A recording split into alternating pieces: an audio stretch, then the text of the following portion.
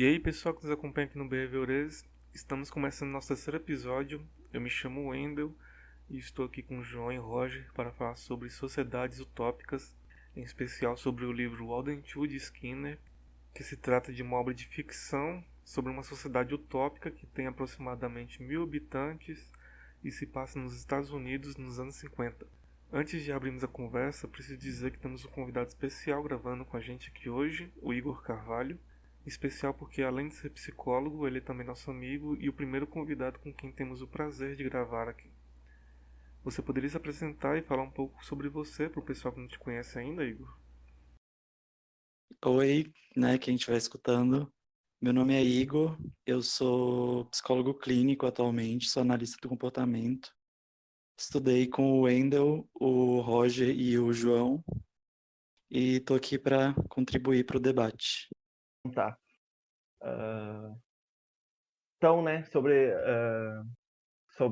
esse episódio que a gente pensou, a gente separou algumas leituras para fazer previamente, para estar discutindo aqui. Como o Wendel falou, a gente primeiro se baseou pelo livro Walden Two de Skinner, e, também eu achei interessante que a ideia inicial dessa discussão era fazer alguns paralelos com o Manifesto Comunista, que foi um livro também que a gente adquiriu recentemente, também estava lendo. Aí, eu acho que o mais interessante agora no começo seria a gente explicar o que é o Walden Two, né, antes de começar a fazer esses paralelos. Aí eu convido o Roger para começar a explicação. Ok. Bom, vou tentar ser um pouco breve, até mesmo para a gente, né, dar um tempo maior, para não ficar muito extenso esse podcast. Bom, brevemente, assim, o Alden Chu, ele foi proposto pelo Skinner, né, uma utopia, como foi mencionado por João, e foi ali na década de 50, se vivenciou na década de 50, onde se propôs uma sociedade nos moldes, né, de uma perspectiva igualitária, onde as pessoas conseguiam todos os recursos, né, assim, que não existia uma acumulação individual, né, ou coletiva de riqueza, né, sem espírito de competição, né, onde atividades elas eram muito bem distribuídas nesse sentido e não tinha moeda, né, para comprar algum produto, e sim, tipo, no sentido de um, um valor de trabalho, né, onde cada pessoa trabalhava e conseguia uma determinada cota de 1.200, né, anual, e tinha todos acessos a todos os Os bens de recursos serviço. daquela comunidade. Oi, João. Uhum. Tá, Não, você estava falando aos bens de serviço, aos bens de consumo. exatamente. E assim, o Alden Chu, ele parece muito, ou um pouco, pelo menos compacta um pouco, com a ideia do socialismo, né? Assim, como o capitalismo, né, que é oposto a essa ideia, mas que vai ter algumas, assim, digamos que distinções ali do socialismo a grosso modo, né? O Skinner, ao construir essa utopia, ele deixa claro algumas questões da diferenciação do socialismo, né, do comunismo ali, diante do Alden Chu, até mesmo porque parte de uma questão comunitária, só que dá uma maior autonomia aos indivíduos, né, que eles podem decidir como um todo também, não somente na questão coletiva. Bom, Uhum. eu acho que é isso. Eu acho que se João quiser comentar um pouco mais, algo que eu não, né, esclareci. Eu acho que o que é válido colocar sobre o Alden Chu, né, colaborando um pouco com isso que você colocou, é que ele não é um sistema, assim, eu não vejo muito como um sistema. Ele não, aliás, não dá para comparar com um sistema com que os outros que a gente teve, porque ele é o primeiro sistema pensado, assim, pelo menos documentado, para como seria uma sociedade formada pelo que a psicologia tem a contribuir, mais especificamente, né, a psicologia comportamental. todas as estruturas, as instituições desse sistema, né, do Walden Two, são pensadas levando em consideração o benefício daquilo para a sociedade no geral, né? Eles operam de acordo com o princípio de bem-estar social, né? Que inclui assim todas as pessoas estarem numa condição de vida, né, adequada, uma condição de desenvolvimento adequada, levando em consideração de que para existir uma boa qualidade de vida, mesmo individual, a gente precisa ter uma qualidade de vida coletiva. Acho que isso é válido pontuar, né, sobre o Alden Chu. E também que essa comunidade existe, né? Os Los Orcrones no México é uma comunidade que chegou a ter já até 70 pessoas vivendo nesses moldes e parece funcionar. A questão é que até o que eu acho que seria interessante nós discutirmos aqui hoje é como que nós transportaríamos um sistema que funciona numa comunidade de 70 pessoas para 7 bilhões de pessoas. Essa é a tarefa que eu pensei que seria interessante a gente discutir. Teríamos, né, tirar de proveito, né, nesse sentido. Então, o diferencial lá, que eu queria falar também, acho que eu vou falar muito do que vocês falaram de outra forma também, né?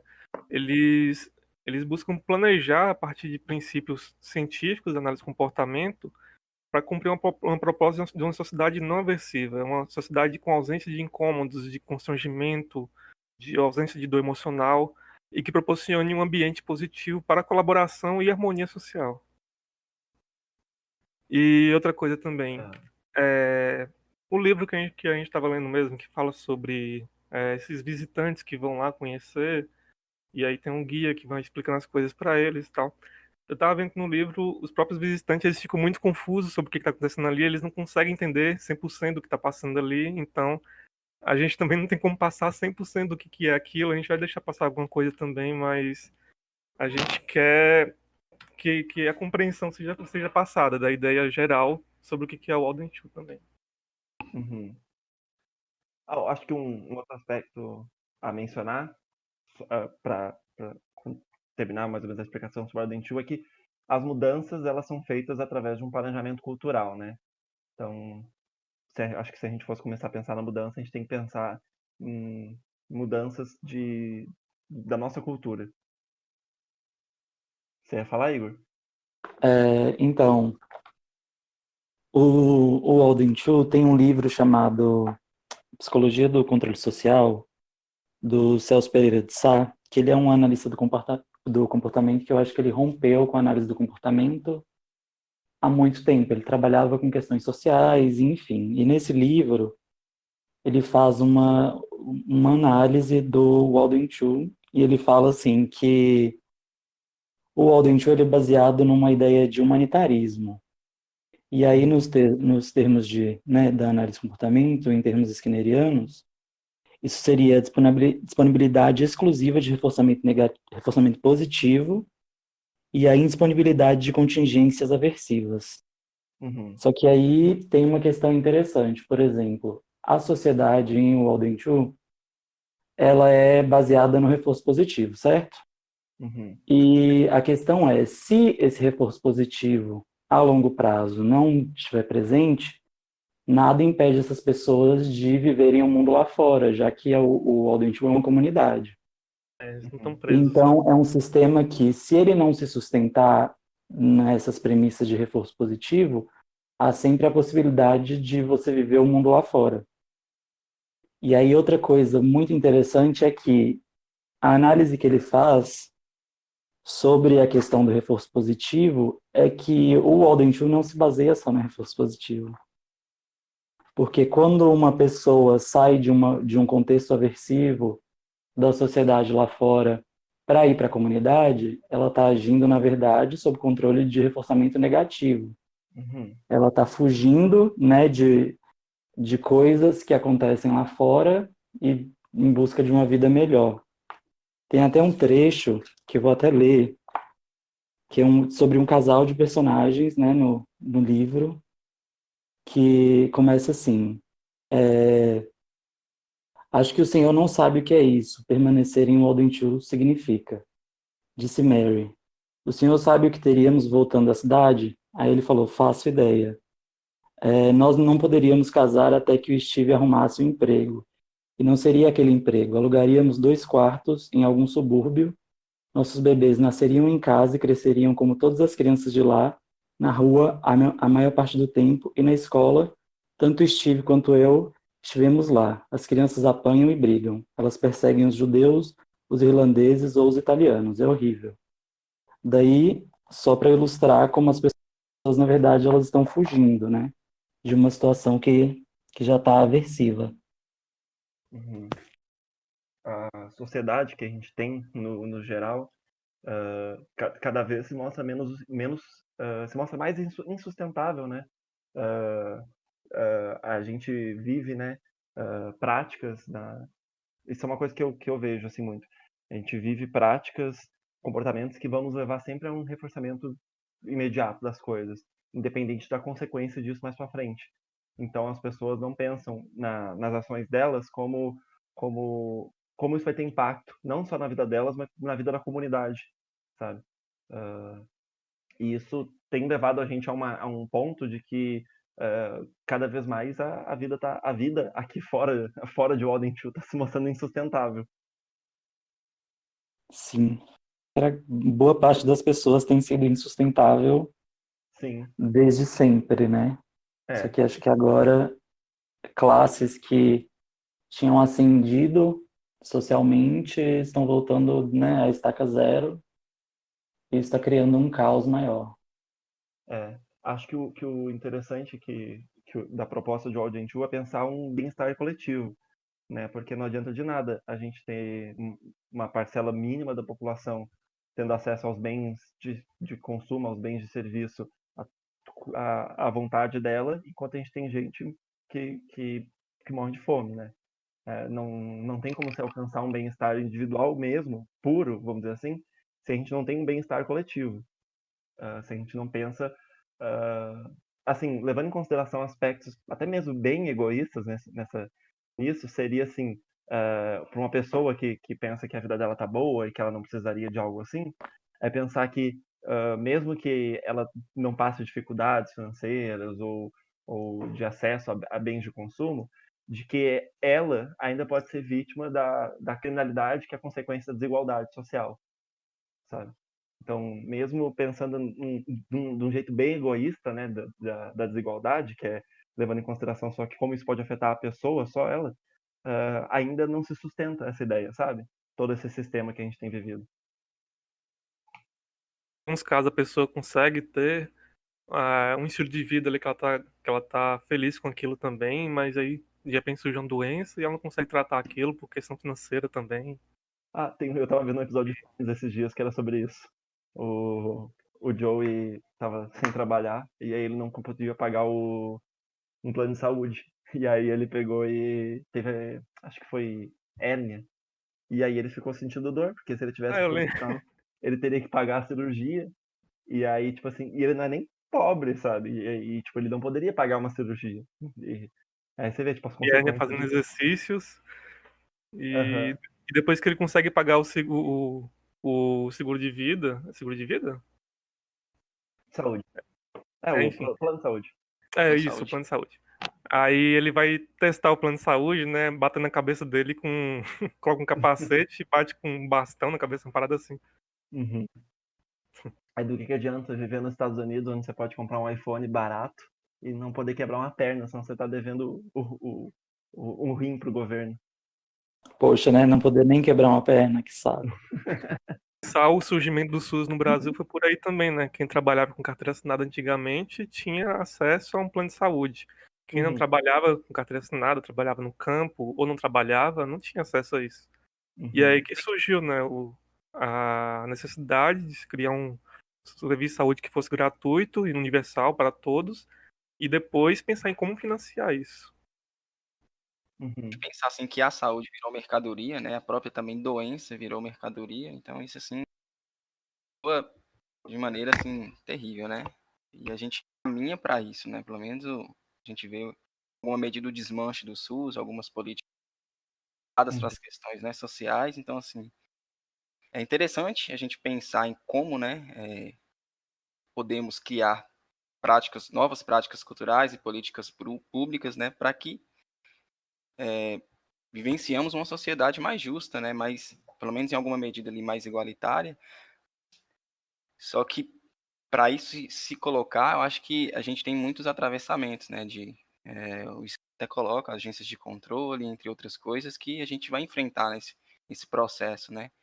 Uhum. E eu acho que eu tinha até comentado com algum de vocês, em essas nossas de faculdade, corredores, sentido de quando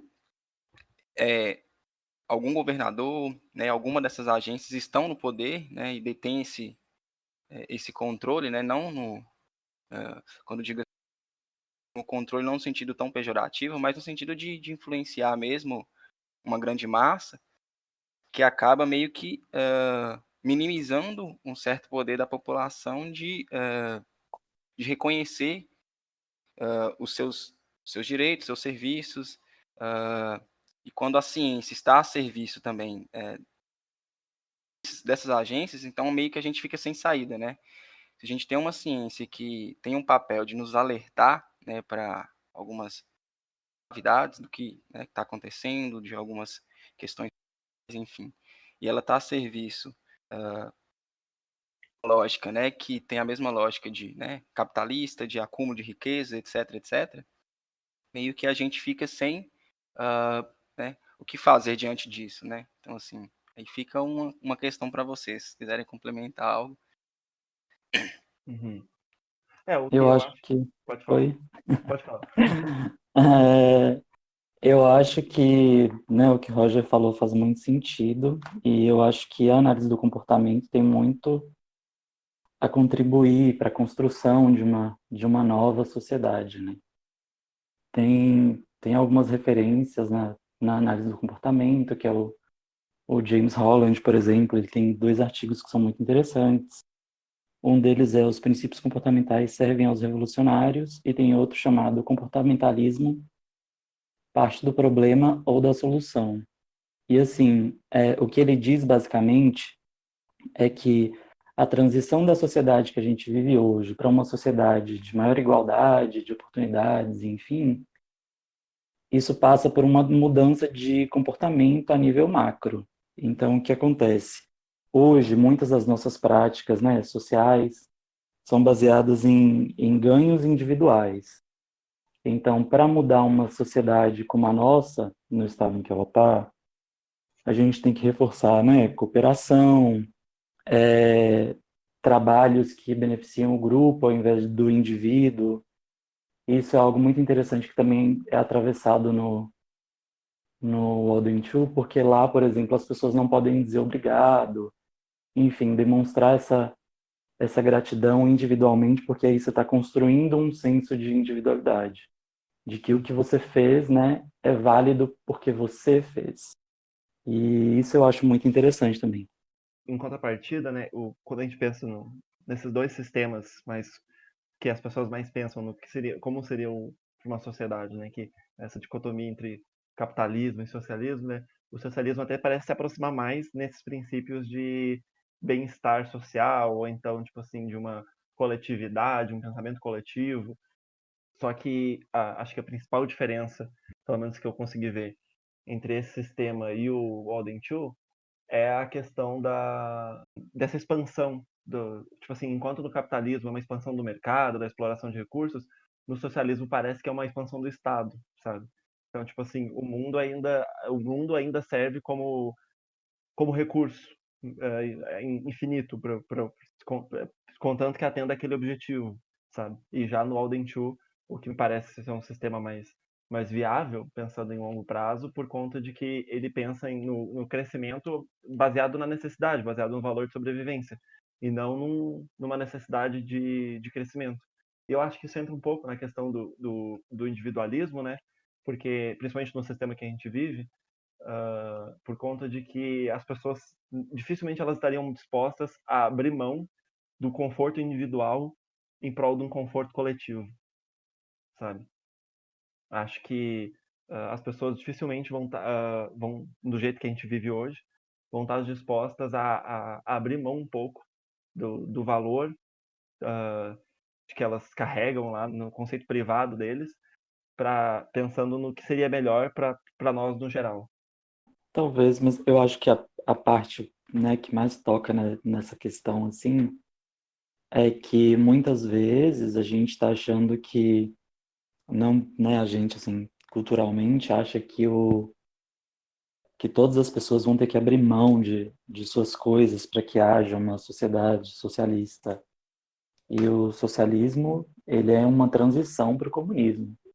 Uhum. Então, essa questão da produção e disso ser compatível com o Golden Rule também, eu acho que isso não sei, eu não acho que isso é o que aconteceria, assim. Eu acho que, pelo menos até onde eu vi, eu não sou, né, eu não me considero comunista, não tenho estudo para isso ainda, mas eu acho que o comunismo, o socialismo, o marxismo, enfim, é muito preocupado com a preservação do planeta também. Uhum. Também não me considero nenhum grande estudioso sobre o assunto, mas vamos dizer assim, pelos exemplos práticos que a gente vê, e aí a gente pode entrar no mérito de que nenhum exemplo prático de comunismo, de socialismo representou bem a ideia, né? A gente escuta bastante isso. É sempre acaba sempre virando alguma coisa de que o Estado vem em primeiro lugar ao espaço nosso no planeta, sabe? A nossa sustentabilidade, ou algo nesse sentido. É porque acho que todas as experiências, né, assim, socialistas ou do tipo que houveram por aí, elas foram muito minadas pelo capitalismo, né? A gente vê Cuba sofrendo embargos e todo tipo de coisa. A gente vê um discurso sobre China que exala xenofobia para todos os lados. E agora com essa questão do vírus, principalmente, as pessoas estão, né, colocando mais assim nas redes sociais o que elas pensam e que geralmente é mito, né?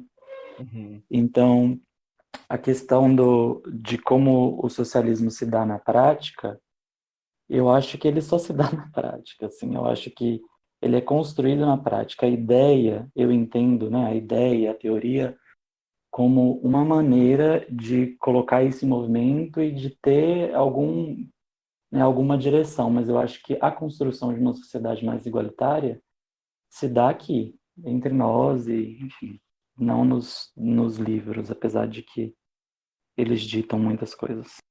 É. Assim você falar isso porque no Alden 2 é dito algo semelhante a isso também, né? Fala que o Alden 2 ele é um experimento com a própria vida, né? As pessoas não fazem um experimento prévio e aplicam aquilo. Elas vão adaptando as coisas, vão estudando, aperfeiçoando. Uhum. Sim, tem até uma parte interessante que né, os planejadores lá do Walden 2, eles são também levados a realizar atividades mais manuais, né? Para que eles também estejam sob controle das mesmas atividades na hora de planejar maneiras mais efetivas das pessoas realizarem aquilo e em prol do bem-estar delas, o que é muito interessante, né? Falaram aí o Alden Show.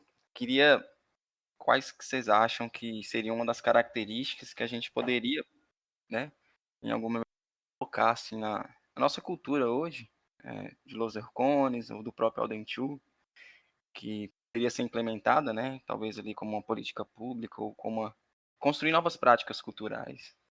A questão da medicina em Walden 2. A gente tem isso comparado a níveis muito distantes com, imagem, com o SUS, por exemplo.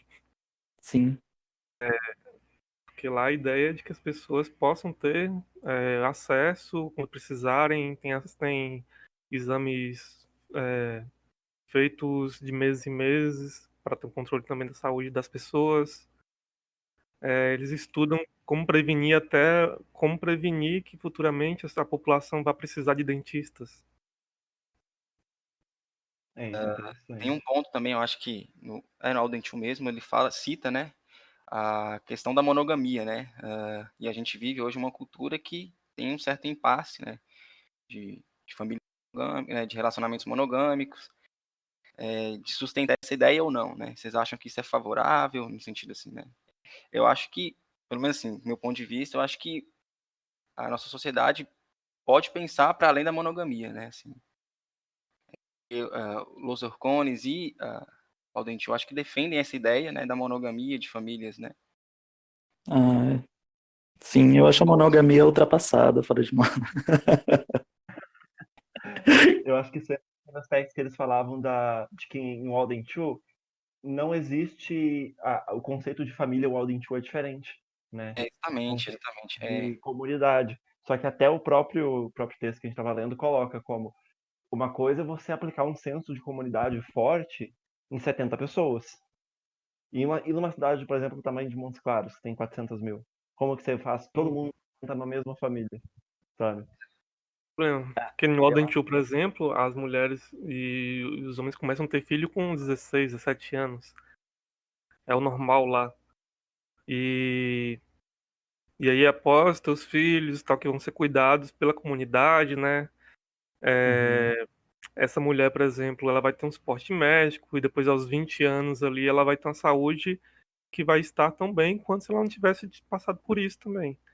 E além disso, quando duas pessoas querem se formar um casal lá, ficar noivo, se casar, é, eles entram em contato com uma pessoa, que é um administrador de matrimônios, que vai examinar os interesses dessas pessoas, os antecedentes escolares, a saúde, e aí se tiver uma diferença muito grande, uma diferença considerável de fatores como a capacidade intelectual, o temperamento, então eles acabam sendo aconselhados a não se casar ou atrasar esse casamento. E então é um dos métodos que ele tem também para para ter esse relacionamento de uma forma mais saudável. Uhum. Além de que as pessoas vão ter o filho e eles não têm um trabalho igual a gente tem aqui na sociedade nossa de tem que trabalhar, sustentar o filho, eu tenho que cuidar do filho, eu tenho preocupação com o trabalho, eu tenho estresse e tudo mais. Lá as crianças são Uhum. cuidadas de forma pela comunidade toda, né? Compartilhado, como eles falam lá, um amor de É. todos, da comunidade para as Uma crianças. responsabilidade compartilhada. Sim, então é como se todos os adultos pudessem cuidar de todas as crianças ali, e as crianças se relacionam ali com todos os adultos também de forma a criar essas relações. Enfim, e aí os pais não ficam sobrecarregados também. Além de que a criança vai tão igual. Eu só ia falar que, além de tudo, as crianças recebem uma criação, uma educação, um treinamento, de algumas formas também, que são iguais entre todas ali. E o interessante também é de pensar assim, beleza, alguém tá nos escutando, pode pensar, tipo, nossa, mas isso é muito bizarro. Como é que, tipo assim, meu filho vai ser o filho de todo mundo? Mas pensa a quantidade de criança que é estragada porque os pais só deixam ela receber a educação dos dois. E os pais não sabem passar a educação. Não sabem passar comportamentos adequados para criança, esse tipo de coisa. E aí a quantidade de gente, ah, tipo assim, deslocada, ou então com comportamentos prejudiciais, não só para a comunidade, mas para ela mesma, porque as E únicas referências cresce que passando tem são os pais. necessidades. Uhum. E também o texto fala, falando sobre o Alden Chu, que os pais, os adultos no geral, eles recebem aulas de. Porque assim, eles não esperam que os pais vão saber criar crianças, tipo, intrinsecamente. O pai teve um filho e automaticamente baixou lá no PDF na cabeça dele de como criar um filho. Mas que eles têm aulas que vão estar instruindo as pessoas a como educar as crianças, como cuidar delas, demonstrar carinho, afeto da maneira mais adequada para o desenvolvimento delas. Isso é muito interessante, que eu achei, tipo assim, que devia, talvez, se a gente pensa num centro de comunidade, talvez a gente pudesse começar por esse tipo de aprendizado mais difundido na nossa sociedade. E outra coisa, já que a gente tá falando disso agora, é, eles não entendem como algo bom você privar a criança ali de qualquer tipo de frustração, por exemplo, algo que eles conseguiriam fazer se eles quisessem. Então, o Uhum. que eles fazem é no momento que para eles lá é o momento certo, a partir dos estudos e das práticas deles, o momento certo de inserir aos poucos algumas frustrações, algumas coisas na, na vida dessa criança para que ela aprenda a lidar com isso também. Como a questão do autocontrole, né? Que é muito falado lá. Uhum. Um exemplo bom que a gente pode pegar no nosso meio é a educação sexual, que tem essa discussão, e para muitas pessoas, quem decide isso, por exemplo, é a família. mas quantos casos de abuso sexual dentro de casa a gente não tem? Sabe? Como é que a gente vai deixar só a família, tipo, essa responsabilidade só na família, sendo que a longo prazo essa criança vai ser um colaborador, vai ser um membro ativo da comunidade. Então nós vamos deixar só a família decidir o que essa criança pode ou não aprender, sendo que a própria família pode ser uma fonte de ensinamento aversivo, né? Vamos dizer assim. Muitas pessoas não querem colaborar também com a ciência, com o que ela tem a oferecer também, né? É, Sobre isso. Tipo, alguns discursos que a gente vê aí, a escola não tem que discutir sobre educação sexual. Isso é trabalho dos pais, né? Trabalho de. Enfim. Essa questão das crianças serem, né, treinadas, assim, desde muito pequenas no livro a lidar com frustração, o Celso Pereira de Sá faz uma análise muito interessante que, assim, lá em Walden Two tem algumas regras, por exemplo, você não pode falar sobre assuntos da comunidade com pessoas de fora da comunidade, você não pode dizer obrigado, enfim. E aí ele faz uns questionamentos sobre essas regras, né, por serem, de alguma forma, controle aversivo também. uhum, E ele diz que, na verdade, essas crianças, elas, como elas são treinadas a lidar com essas frustrações e a resolver essas questões, que essas restrições colocadas pela comunidade, para elas não são um problema e não impactam de uma maneira muito grande, assim, de uma magnitude muito grande, o comportamento dessas crianças, né, quando elas forem mais crescidas, enfim. Não tão contaminado com esse sistema que a Uma gente tem. coisa, isso sobre as regras, por exemplo, passa a ser uma questão cultural deles, no caso. É como se a gente pensasse as nossas regras também. E por que eu falo isso? Porque muitas pessoas podem interpretar isso como algo ruim, né? Mas tem que entender que a gente está falando de uma outra realidade. Ah, com certeza. Mas o que fica para mim é essa questão do, sempre martelando, essa questão de uma sociedade só do reforço positivo, sabe? Porque acho que conforme você vai lendo coisas sobre o livro, enfim, você vai percebendo que, na verdade, essa sociedade pode não ser possível, né? Ela não, É, talvez ela não se mantenha sem o controle aversivo também. E o controle, né, pelo reforçamento positivo, ele pode ter consequências aversivas a longo prazo também. com certeza. Uma coisa que é falado no livro é que isso que você falou estaria muito ligado ao autocontrole também. E inclusive a felicidade dessas pessoas que estão ali está ligada a isso também. Esse autocontrole que eles aprendem na infância. Sim, Uma justificativa que é dada no livro, né? de fato. Eu acho que um ponto interessantíssimo é a organização do trabalho em Odin 2. E eu acho que talvez esse seja o ponto, talvez não seja tão difícil de se implementar. Não sei, que ah, lendo aqui, né, o que está escrito é todos os membros cooperam na produção de bens e serviços e há preocupação no sentido de criar condições para que todos os membros da comunidade possam ser eficientes, produtivos e apreciem o seu trabalho. Há basicamente duas formas de se atingir esses objetivos. Quanto mais membros, maior a chance de encontrar pessoas que vão gostar de certa atividade e também sobre criar condições em que a pessoa não só consiga fazer bem o trabalho, mas que consiga gostar daquilo, né? E eu acho que seria muito interessante, porque a gente tem, assim, gente pra caramba no mundo, o que não falta. Então, nesse aspecto, a gente sai o mundo aqui fora de Walden 2 sai ganhando, porque se quanto mais gente, mais fácil encontrar gente para fazer certas atividades, seria fácil encontrar gente para fazer de tudo. Só que daí a gente vive num negócio que certas profissões são sucateadas, certas profissões não parecem ser atrativas para uma pessoa mesmo que ela tenha interesse em executar, ela não vai querer executar, porque como é que ela vai pagar as contas no fim do mês? Se ser professor não compensa. Sim. E aí é um sistema que funciona para isso, né? Essas pessoas estão, por exemplo, em privação de comida, de saneamento básico, né?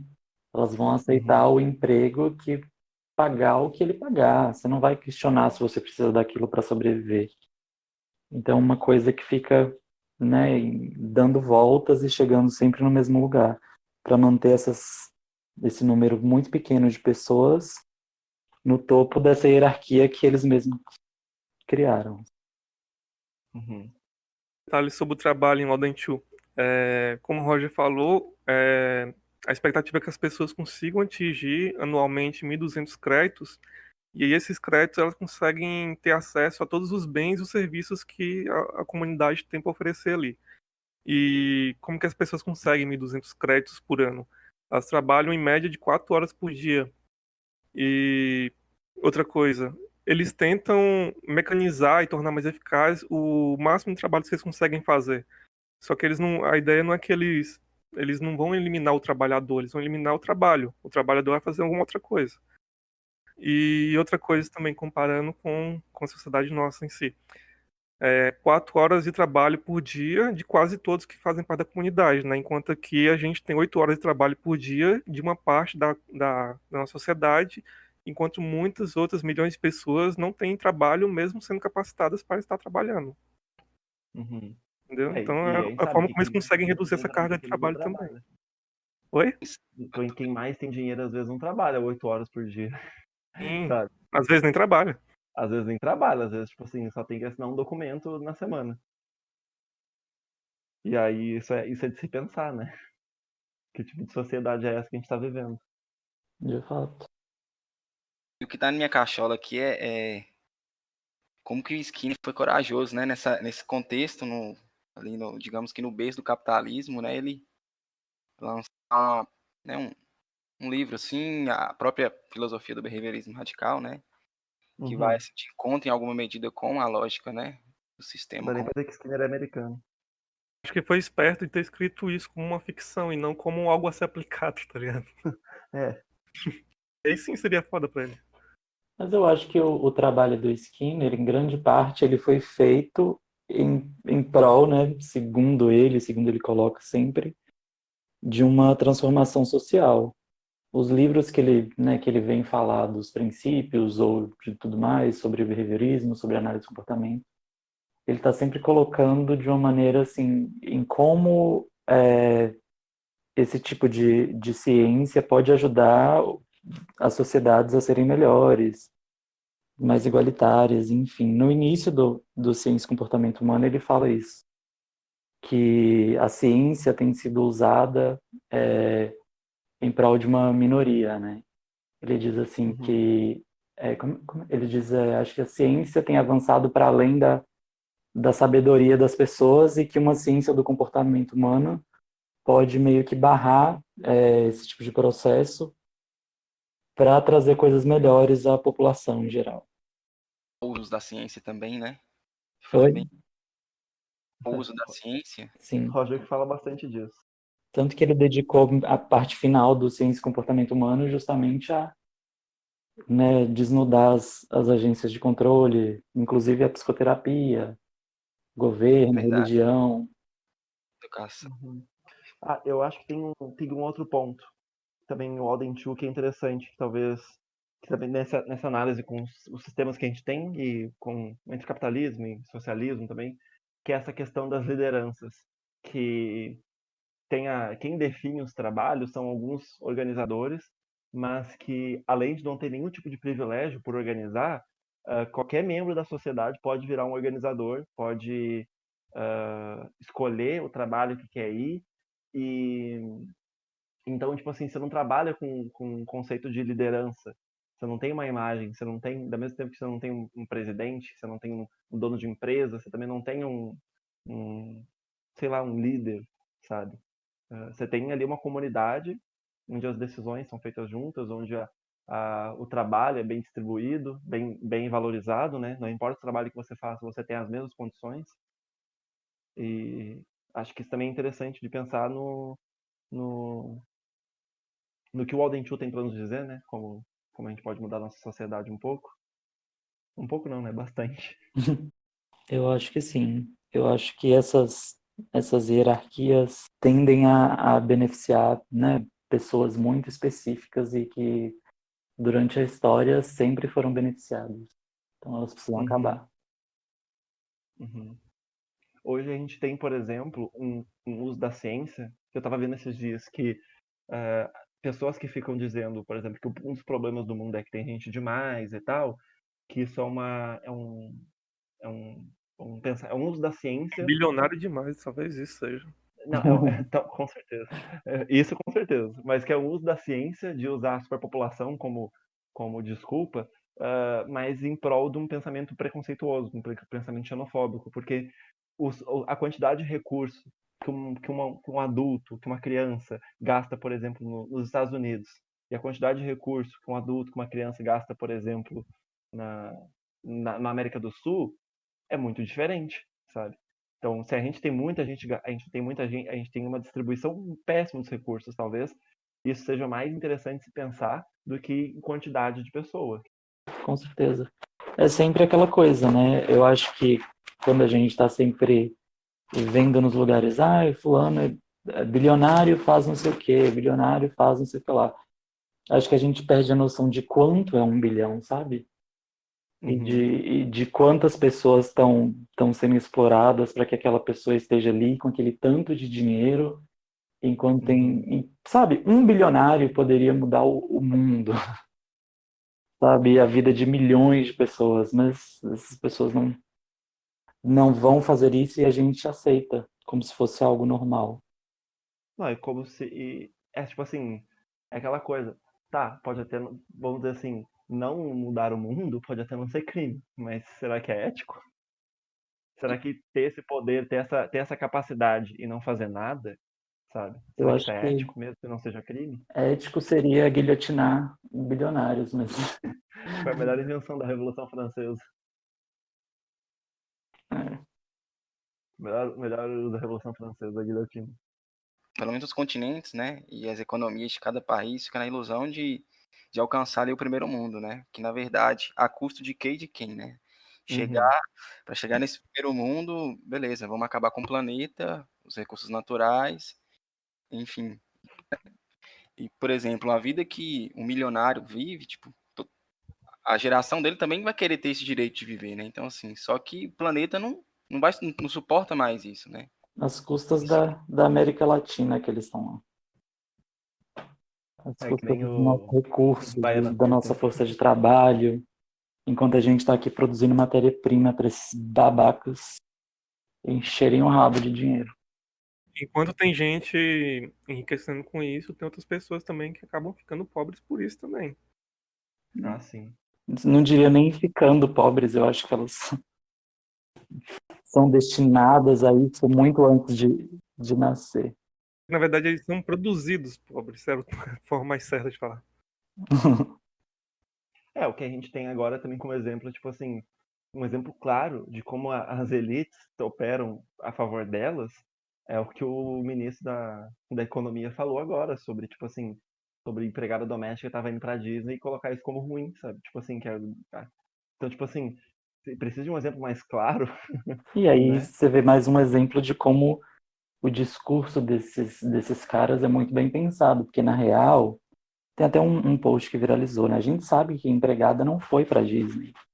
Quem foi para Disney foi a classe média, só que a classe média é basicamente metade do eleitorado do Bolsonaro. Ele vai atacar essas pessoas?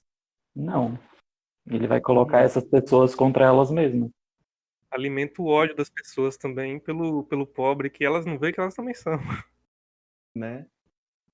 O que falta no Brasil é consciência de classe. Acho que é o que falta no mundo inteiro. É. Uma coisa que eu peguei para trazer para essa discussão foi um exemplo prático de algumas políticas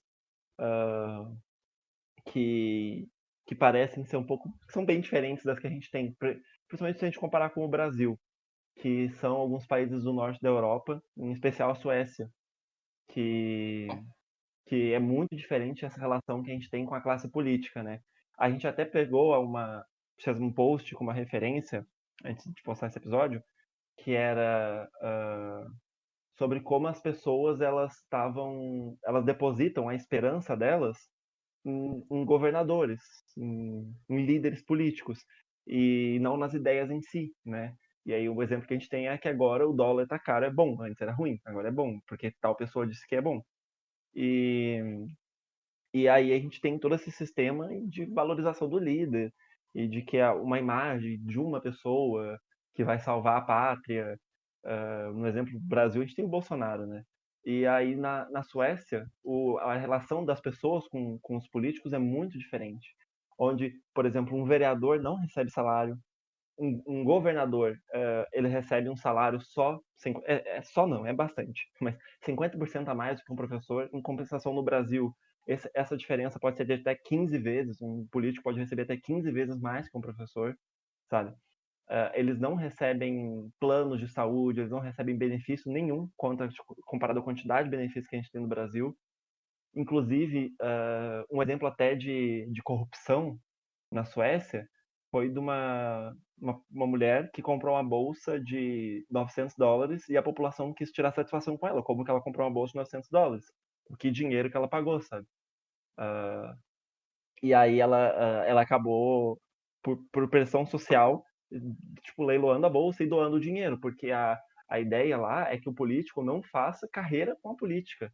Você não vai ter lá um político que ficou 30 anos lá sem aprovar um projeto e depois vira presidente, sabe? Isso lá é muito mal visto. E aqui no Brasil, não. Mas eu acho que é uma questão interessante, só que eu acho que a gente não pode se perder, né? Assim, de quem é. Eu acho que é uma questão interessante, só que eu acho que a gente não pode se perder de quem, no caso de quem a classe política brasileira, né, quem ela é. Eu acho que a gente confunde, porque e eu acho que normal, né? Eu também confundia sempre. A classe política do Brasil, ela está lá se movimentando em prol dos interesses de gente que realmente está controlando a coisa toda. Então, eu acho que o nosso problema maior não é um político ganhar 35 mil, apesar disso ser um problema. O nosso problema é quem está pagando aquele político para aprovar aqueles projetos, para agir em favor daquelas empresas, e, enfim.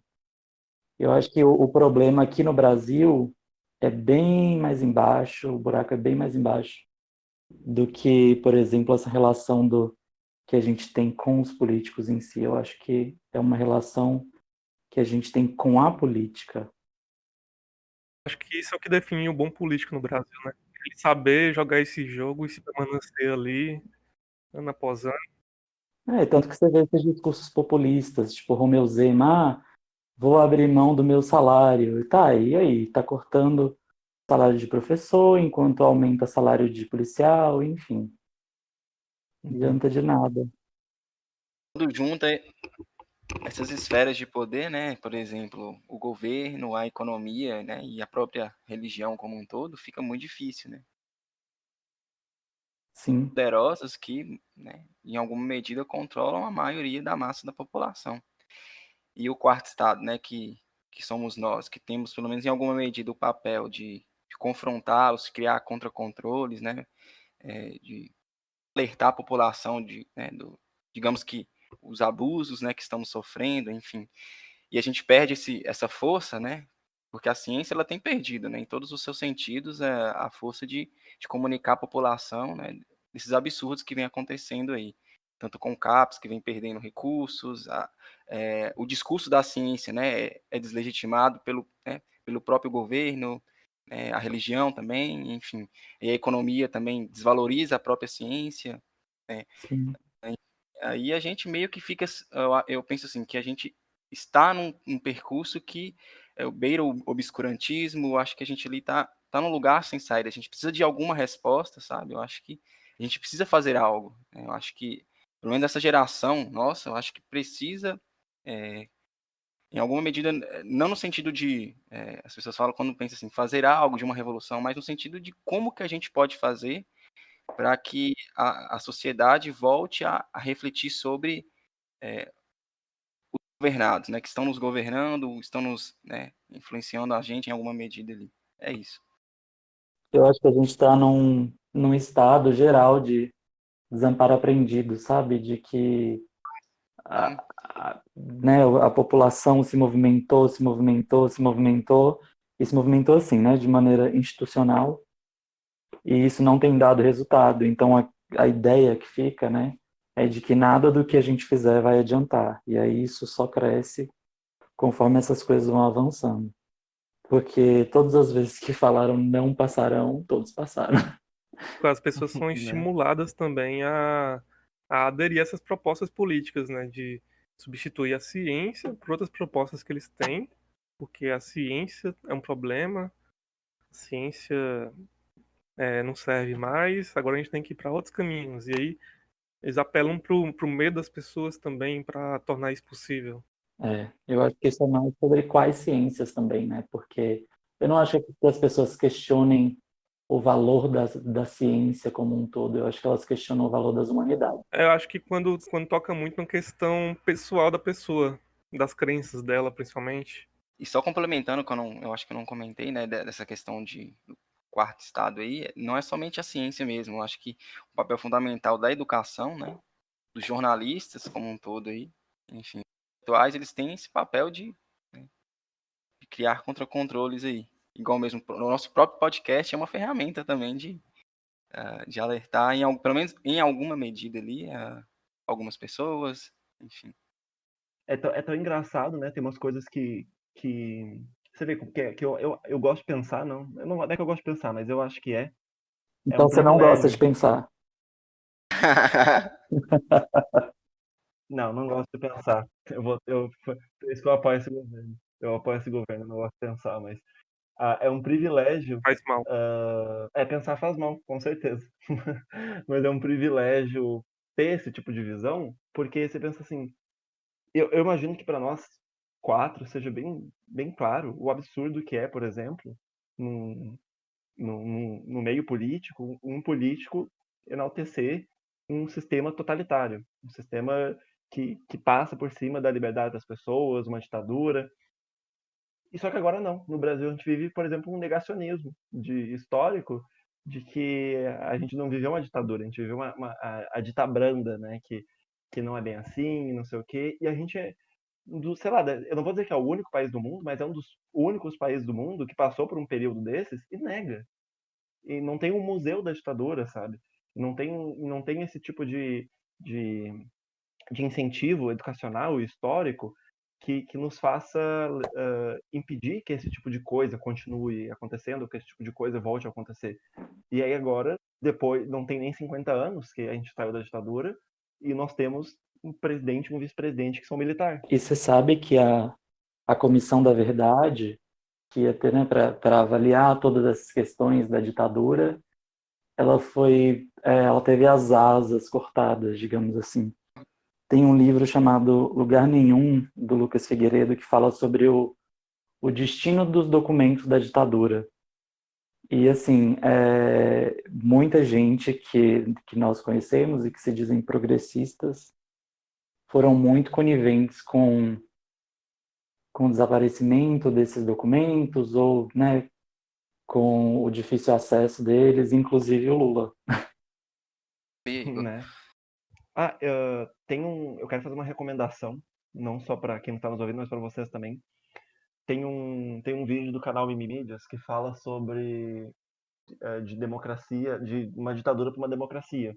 E aí tem as etapas. E aí, nessa etapa de Comissão em Verdade, eles fazem uma comparação que acho que no Brasil tipo, a ditadura acabou foi lá por década de 80, e que agora lá foi no governo Dilma que a gente abriu, né, os arquivos. Tipo, sei, então, tipo, uns 30 anos, né, mais ou menos. E parece que na Argentina não demorou uma semana para eles abrirem os arquivos da ditadura, sabe? Muita coisa, né, se perdeu nesse meio tempo e Eu acho que a gente vai tendo uma naturalização das coisas, sabe? Assim, as coisas vão se naturalizando e as coisas tenebrosas vão ficando naturais, sabe? E isso é muito terrível. Eu acho que as pessoas estão esperando um estopim tipo assim, agora é a É, ditadura. Mas muitas políticas, né, ditatoriais, enfim, de morte, continuaram em vigor muito depois da ditadura e continuam, e as coisas continuam acontecendo. Eu acho que esse momento não vai chegar. Eu acho que um dia a gente vai olhar para trás, se a gente superar esse momento que a gente está vivendo, e ver que estava tudo aí. A gente só não deu um nome, sabe? Porque as coisas hoje elas são mais veladas. a gente tem que saber identificar isso sim. também. A gente tem que, por exemplo, o Hitler ele foi eleito democraticamente, né? Ele não chegou falando que É. E aí é aquela coisa. A gente tá aqui falando de nazismo e, né, e a gente lê sobre campos de concentração e a gente fica, nossa, caralho, que horror, né?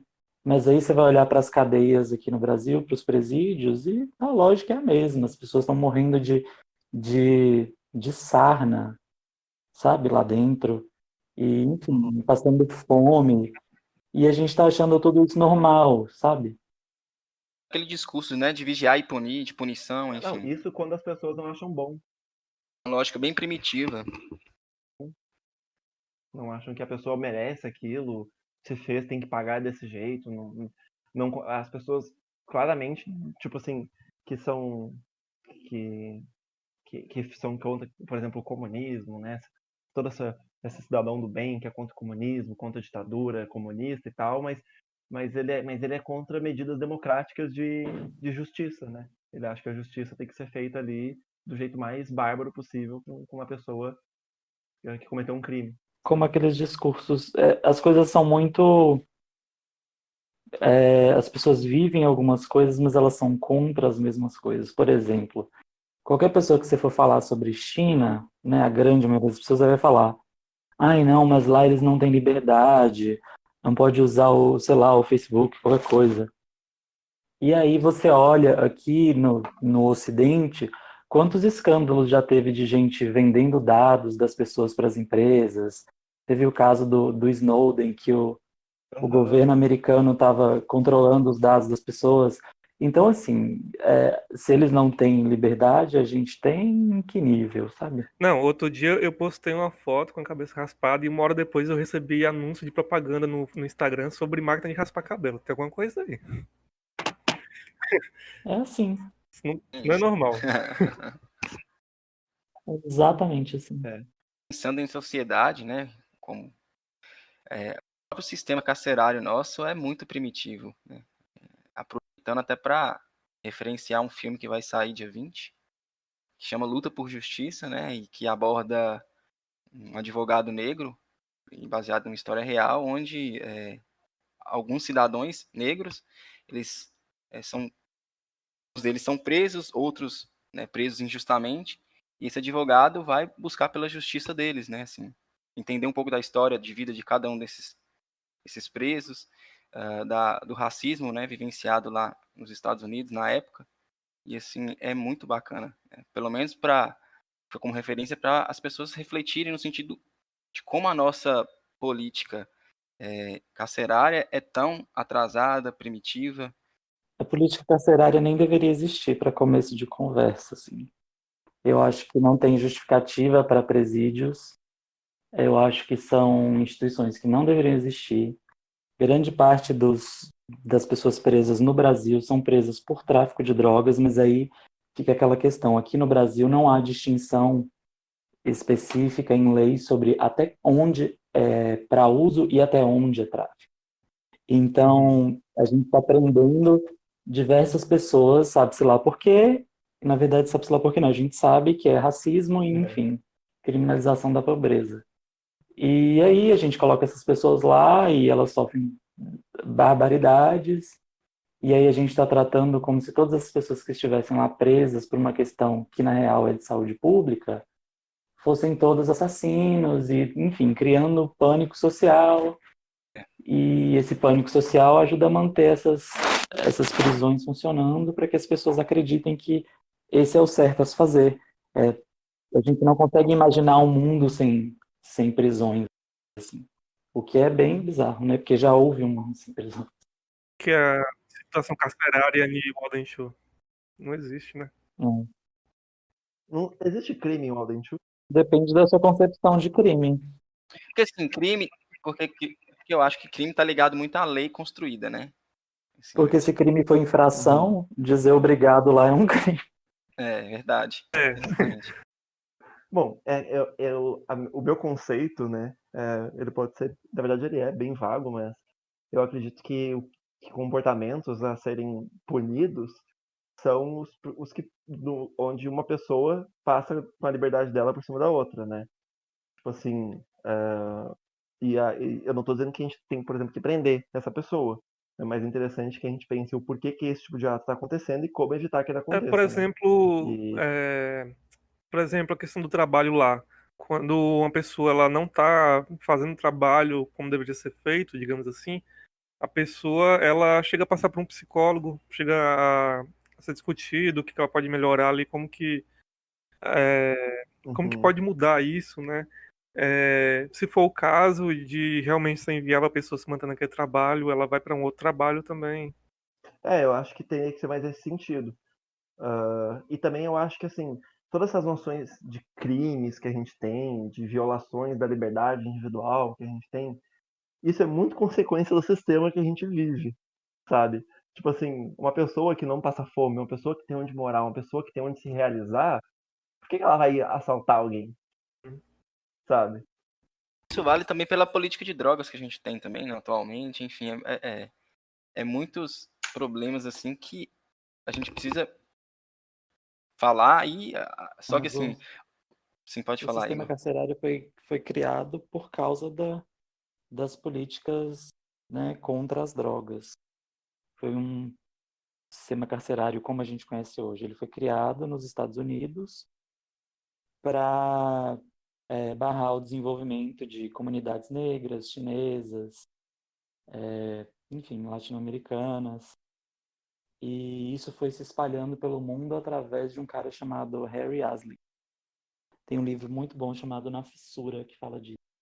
Eu acho que um ponto também que a gente não poderia deixar passar, discutindo o Audentiu ele tem um sistema bem único de tomada de decisão. Ele não tem líder. Então, como que são tomadas as decisões que vão reger, né, o rumo da comunidade?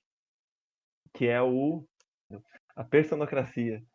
Que é, assim, onde as pessoas... A definição dada é que as decisões elas são tomadas em conjunto, onde cada pessoa ela é representante de si mesma ali na hora de tomar as decisões. Tipo, não tem um líder, não tem um representante. E que não é como a democracia, onde tem tipo, a maioria, ou totalitarismo, que tem para algumas pessoas, mas sim quando todas as pessoas chegam em consenso. Pensando isso em grandes comunidades, como uma cidade assim, do tamanho de Montes Claros, que não é nem uma maior cidade que a gente pode imaginar, é bem difícil de imaginar uma coisa dessa acontecendo, porque você teria que pegar a ideia, aí teria que entrar no consenso com mais de 400 mil pessoas. Mas eu acho que o que até o texto coloca, o que eu acho que é uma opção válida, e tem gente que já discute isso, né? Tem gente que fala que o Brasil é um país muito grande para a gente usar leis para definir as mesmas coisas para todos os lugares, sendo que são lugares muito diferentes. Talvez se a gente desse mais liberdade para comunidades e a gente definisse o espaço, a quantidade de pessoas, o que define uma comunidade, e essa comunidade pensar no que é o melhor para ela, dentro do consenso dos habitantes dela. Mas como vocês acham que poderia se instalar uma personocracia?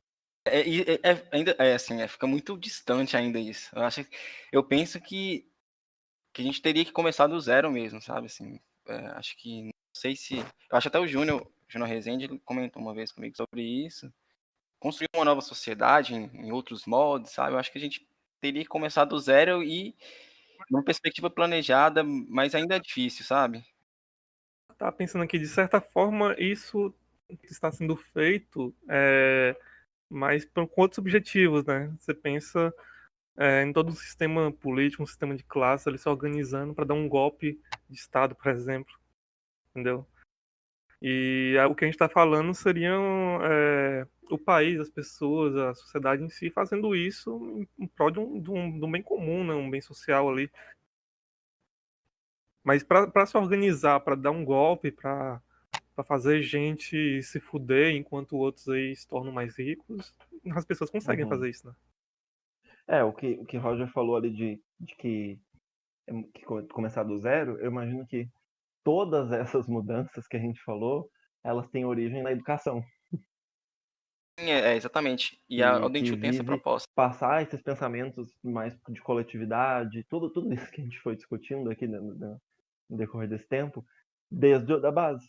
Educação é visto como algo ruim, né? Agora, professor é criminoso, ciência é algo ruim. Educação não é algo ruim. Educação para emancipação é ruim. Isso mesmo. Não é só ruim, é perigoso. E assim, eu acho que o papel do analista do comportamento nessa mudança toda é justamente explicitar essas agências de controle, como elas controlam, Uhum. e acho que isso gera mais espaço para o contra-controle, que é o que o Holland fala nos artigos dele. Eu só pensei que seria interessante se a gente fizesse algumas indicações para quem está nos ouvindo. A gente fez algumas com o decorrer do episódio, mas assim, não precisa ser só na psicologia, mas de preferência alinhado com o assunto, mas que pudesse passar um pouco também para quem está afim de ver mais sobre o que a gente está discutindo, ou então que tipo de material que a gente usa como referência para chegar onde a gente chegou. Eu acho, assim, eu estudei os dois artigos que eu já falei, do James Holland, que são o comportamentalismo, parte do problema ou da solução, e os princípios comportamentais servem aos evolucionários. Ambos você acha no Google muito facilmente. E outra coisa, outro livro, né, de análise de comportamento que eu indicaria sobre essa questão é o Subjetividade e Relações Comportamentais, do Tourinho, porque ele fala a nossa construção enquanto sujeitos, enquanto indivíduos, essa noção de que nós somos uma pessoa e não parte de uma coisa maior. Eu assisti um filme sobre a história de vida do Karl Marx no YouTube, 2 horas de filme. Mas E fica o Alden Chu também, né? Se o pessoal quiser fazer uma leitura. Você vai deixar na descrição, não ainda se acho que tem muitas referências. Eu queria falar de uma referência, né? Mas é interessante também, uma baita referência da análise do comportamento, que é a Carolina Lauretti, né? Que é um livro de cultura, democracia e ética. Ela aborda muito alguns sistemas de governo, a ótica da análise do comportamento, e ela sobre a orientação ali do Habib, que é um cara muito incrível na análise do comportamento. eu falei, mas eu vou reforçar. Um vídeo do Mimimídias, que é um canal. Eles têm um podcast também, eles têm canal no YouTube, tem uma página no Instagram também, que eles falaram sobre direitos de transição, né? Que é o direito, todo esse aparato jurídico que viabiliza a passagem de uma ditadura para uma democracia, e eles fazem um ensaio sobre esses conceitos, fazendo uma relação com a nossa ditadura e com o filme que vai sair do Marighella, né? E aí eu acho também uma ótima referência para entrar nesse assunto. Antes de finalizar, queria agradecer a presença do Igor, né, por aceitar esse convite, né, por estar disposto E, a falar com a gente. Essa pessoa, né, compreensível, paciente com a gente. E quando a gente fez o convite de imediato, assim, ele já topou, né? Ficou meio assim, vou, não vou, e já, eu vou. Enfim, e é isso. Agradeço aqui se a você é participação. comunista, Ah, se você é comunista e você acha que eu falei bobagem, por favor, me corrija. Eu adoro ser Isso é corrigido. válido a gente colocar. Tudo que a gente falou aqui, a gente aceita mensagens no Instagram, comentários no YouTube, mensagens pessoais de quem está nos escutando para fazer pontuações. O interessante é estar sempre aberto a escutar e aprender com erro, ou com a opinião, com críticas, né? Está sempre aberto para todo mundo. melhorar, exatamente, também. Isso. E muitas pessoas têm nos dado feedbacks, conversando pessoalmente com a gente, né? Pessoalmente, assim, em nossas próprias redes sociais particulares, né? Pessoais. Agradecer também E por isso, né? seria, sim, muito, muito bom da parte dessas pessoas. E essas pessoas que estão ouvindo, por exemplo, no YouTube, elas podem também fazer um comentário e falar algo ali que a gente pode todo mundo ler ali e Uhum. responder também, e tá todo mundo por dentro, porque muitas vezes a gente acaba conversando com uma pessoa e aí outra pessoa do grupo não acaba não ficando tão por dentro de umas discussões que a gente tem com essas outras pessoas também. Então seria legal a gente pensar em ter isso como uma certa comunidade sobre os assuntos discutidos, né? Uhum. Mas então é isso. Muito obrigado por quem nos escutou. e até o próximo episódio.